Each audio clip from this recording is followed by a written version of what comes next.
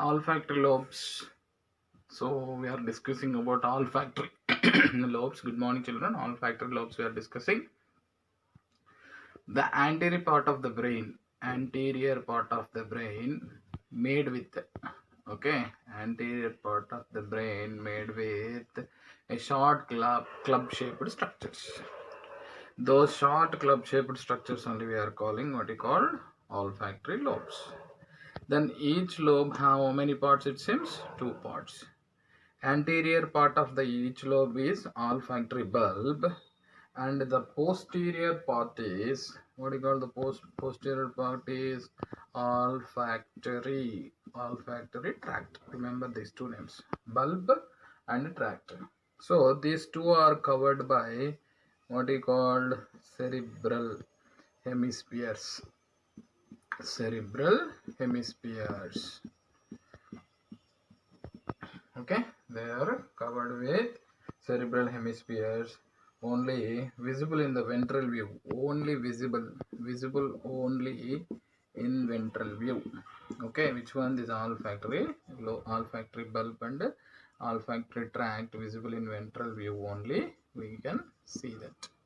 Okay, so olfactory lobes. Okay, olfactory, from olfactory lobes to what will be arise? Olfactory nerves. Olfactory nerves will be arise. These are helpful for, you know very well, identification of the smells.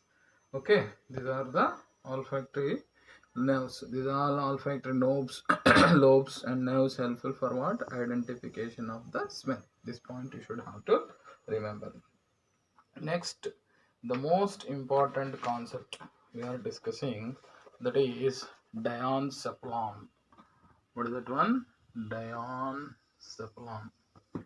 This point you should have to remember. Diencephalon.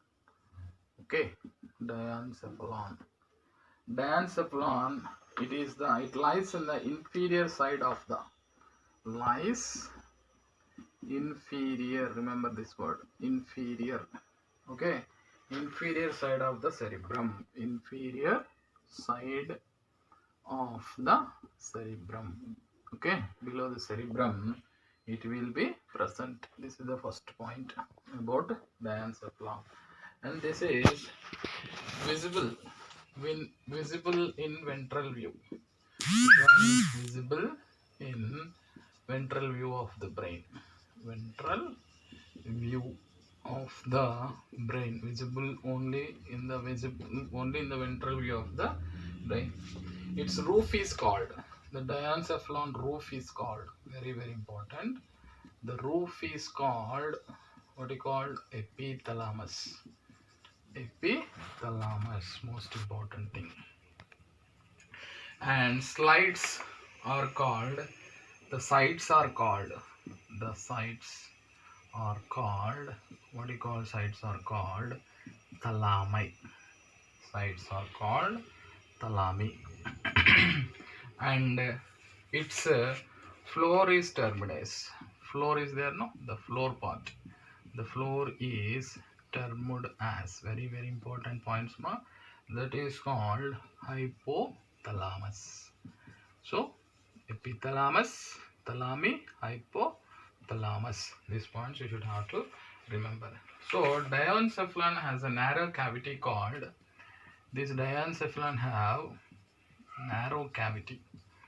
This narrow cavity, you know very well, that is called third ventricle. What do you call that one? Third ventricle will be there. Okay, epithalamus, thalami and hypothalamus, and third ventricle is there. So hypothalamus is attached to infundibulum, very important. You know which gland? Very important, pituitary gland attached to hypothalamus by one important structure, that is called infundibulum stalk or infundibulum or also called stalk. These points you should have to helpful. So what is the function of hypothalamus? Here I am telling about hypothalamus functions. hypothalamus functions, mainly most important functions they will do. Number one, it controls the first one, hunger. Okay, hunger. Second one, thrust. Okay, second one, thrust. Third one, fatigue. Okay, fourth one, sleep. These all are important functions and bits. And body temperature. Okay, body temperature and sweating and emotions. Sweating and emotions are under control. And also this hypothalamus, another important function, it secretes the neurohormones. What it will do, it secretes the neurohormones. Okay, they regulates the secretion of, regulates the, very very important, regulates the secretion of, regulates the secretion of what he called the most important thing, lobe of pituitary, anterior lobe of pituitary. Okay, it regulates the secretion of anterior lobe of pituitary hormones, pituitary. Okay, this point also you should have to remember. Okay, so all hormones, the pituitary gland hormones, growth hormone, thyroid stimulating hormone, prolactin, follicle stimulating hormone, luteinizing hormone, adrenocorticotropic hormone, oxytocin. Okay, adrenocortic hormone, up to this, these all are anterior lobe of pituitary hormones. So these hormones later we will discuss, but these hypothalamus hormones only, neurohormones, regulates the secretion of anterior lobe of pituitary. Up to here you should have to remember. Come to the olfactory lobes. The anterior part of the brain is made with short, very important, short club shaped structures, short club shaped. So those are called olfactory lobes. So these olfactory lobe, each lobe have two parts. One is anterior olfactory bulb and posterior olfactory tract. Anterior means, this is like this, means this is anterior, this is posterior. So anterior olfactory bulb, posterior olfactory tract is there. There is a cerebral hemisphere covers this all olfactory bulb and olfactory tract, covered by which one? Cerebral hemispheres. Then when these are visible, these olfactory related parts, only the brain visible, these olfactory lobes and olfactory tract and olfactory bulb visible in the ventral view of the brain. Ventral view of brain only we can see this olfactory. Now this from olfactory lobes to what will be arise? Olfactory nerves will become. These olfactory nerves which are helpful for what? The identification of the smell. Come to the next important thing is diencephalon. This point you should have to remember. The diencephalon lies in inferior, means below the inferior side of the cerebrum, visible in ventral view of the brain. Now we are discussing about diencephalon. It's an inferior view. So below, just below the cerebrum will be there. So only in the ventral view of the brain only it is visible. The roof of the diencephalon is called epithalamus, first bit. What you call the roof of the diencephalon is called epithalamus. The slides are called thalami. The floor, this is the most important bit. What is that one? The floor is termed as hypothalamus. This diencephalon have the narrow cavity, that space like this, the space will be there in the diencephalon, that is called third ventricles. Even the brain also have the cavities called ventricles. In that 4 ventricles out of 4, third ventricle will be located in the diencephalon region. Okay, next from hypothalamus. Now this part we have to consider more. Why? Because it's a very important part. The hypothalamus to one particular structure will be called infundibulum. Hypothalamus and pituitary, one pituitary P-shaped, bean-shaped gland is there, most important in our endocrine system, that is called master gland of endocrine system, is a pituitary gland connected to the hypothalamus by the help of stalk or infundibulum. So what are the functions of hypothalamus? These are the important. The hypothalamus functions hunger, thirst, fatigue. You know, hunger means feeling hungry. You will feel hungry because of hypothalamus. You will feel thirst because of you will tired, and you will faint because of hypothalamus. You will get sleep because of hypothalamus. Your body temperature is maintained by hypothalamus. You have sweating because of hypothalamus. Your emotions are under control of hypothalamus. Not only these kind of actions, body temperature, sweating, emotions, need bit will become. What are the functions of hypothalamus? Hunger, thirst, fatigue, like that.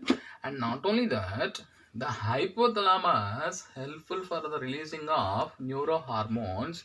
These neurohormones regulates the pituitary gland, regulates the secretion of anterior lobe of. There are two lobes are there in the pituitary gland, anterior lobe and posterior.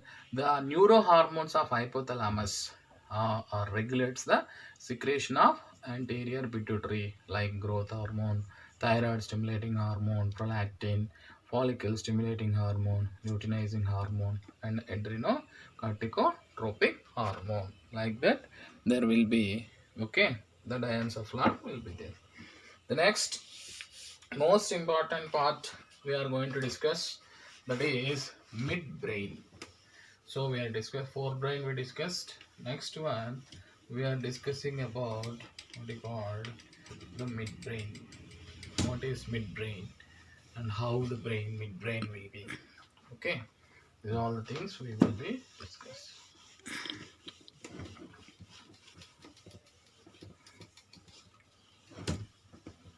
Midbrain. Midbrain, we will be called midbrain, is also called, what is another name of midbrain? Can anyone tell? Another name of midbrain is called mesencephalon. Mesencephalon. Okay, mesencephalon. It connects the forebrain to hindbrain. First, forebrain to, it connects the forebrain to hindbrain. Which one? The midbrain. This point you should have to remember. Forebrain to hindbrain. Next one, it is small region. It is significant. It's a small region. It's a very small part, small region only in the brain. Okay, very small, and it there are two fibers are there in this. Two fibers. Where in the midbrain, two fibers are there. Fiber tracts. Otherwise, you can say fiber tracts. Very very important. They will be called. They will be called crura. Crura cerebri. What is called? Crura cerebri. And two swellings called, and two fiber tracts and two swellings, bulb like structures, two swellings are there. They will be called inferior, what is called caliculi. Inferior caliculi is also there. Okay, each side, on each side. Okay, these are the points you should have to remember about midbrain. And next important, how many swellings now? These are two, both sides means four swellings, no? Two side, two right, two left. These four swellings. Okay, these four swellings togetherly known as, okay, these four swellings of both sides togetherly known as what you call, corpora. What you call? Corpora quadrigemina. This terminology you should have to remember, most important. There are four swellings are there, both right and left side. Okay, those are called corpora quadrigemina.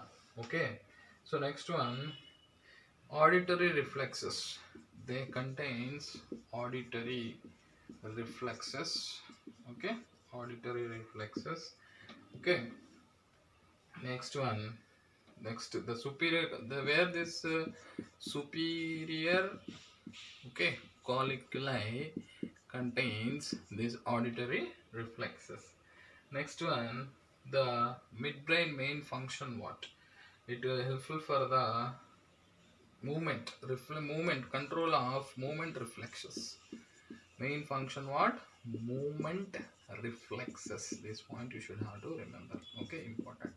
So you are moving because of midbrain related.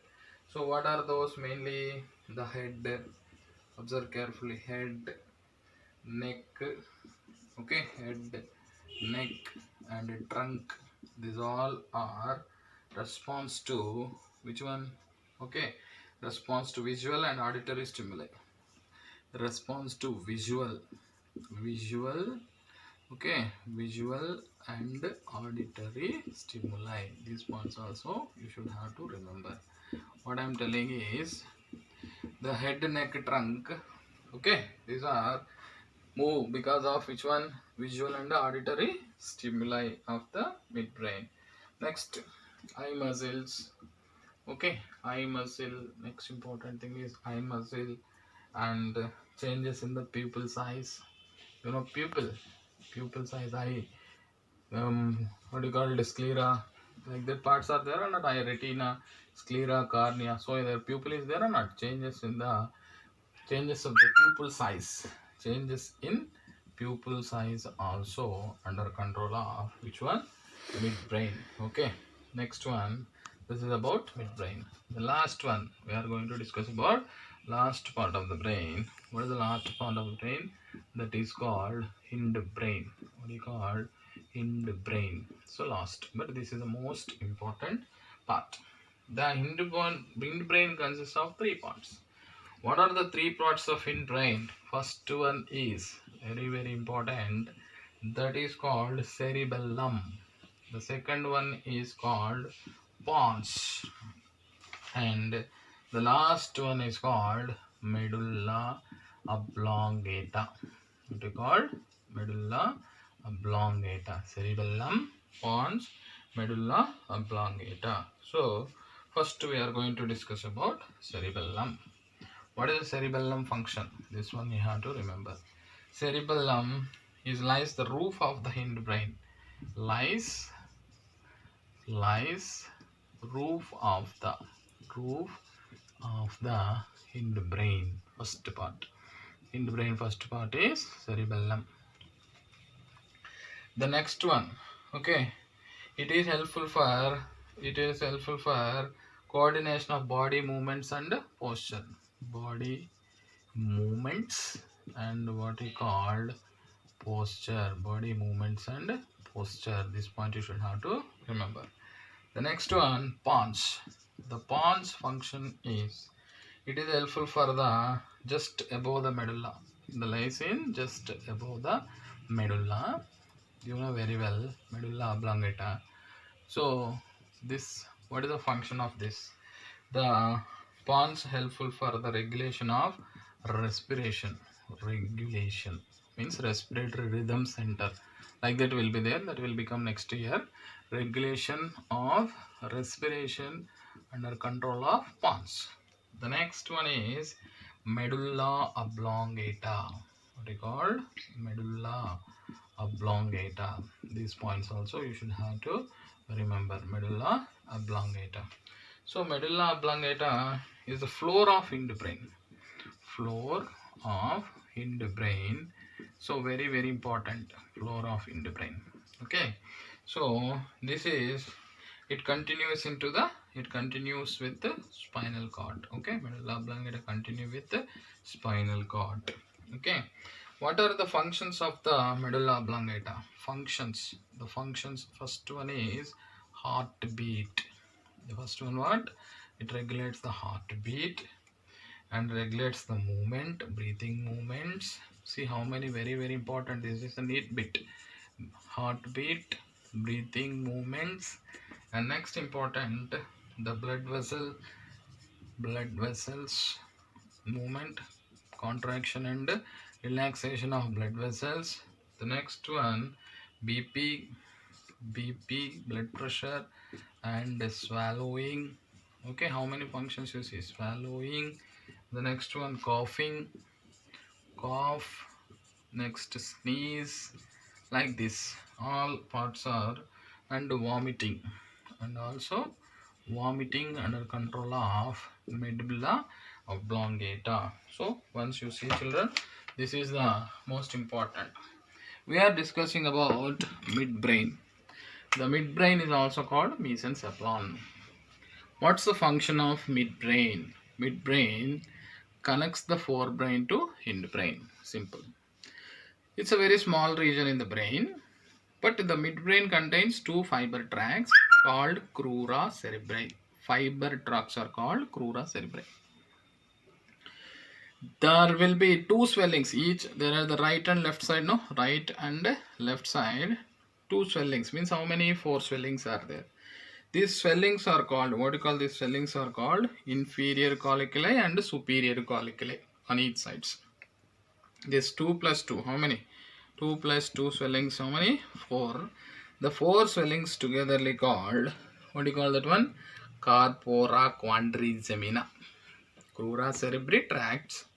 Corpora swellings are corpora quadrigemina. These all are the midbrain, the corpora quadrigemina. What they will do? They are helpful for auditory reflexes. Okay, especially which one? The superior colliculi is there or not? They are helpful for auditory movements. Okay, reflexes.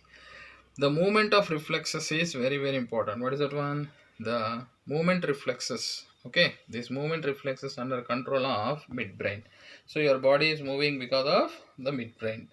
Like especially head, neck, trunk, these all visual and auditory stimulus. Because of visual and auditory stimulus, you are moving this head, neck, trunk, this auditory stimulus. Where it will be present? Just now I said in the superior colliculi. So this is about the forebrain. Small region, two fiber tracts are called crura cerebri. There will be two swellings of each lobe, each hemispheres. Total 4 swellings. Those are called, all swellings are called inferior colliculi. The 4 swellings are called, togetherly called corpora quadrigemina. They are helpful for auditory reflexes as well as superior colliculi.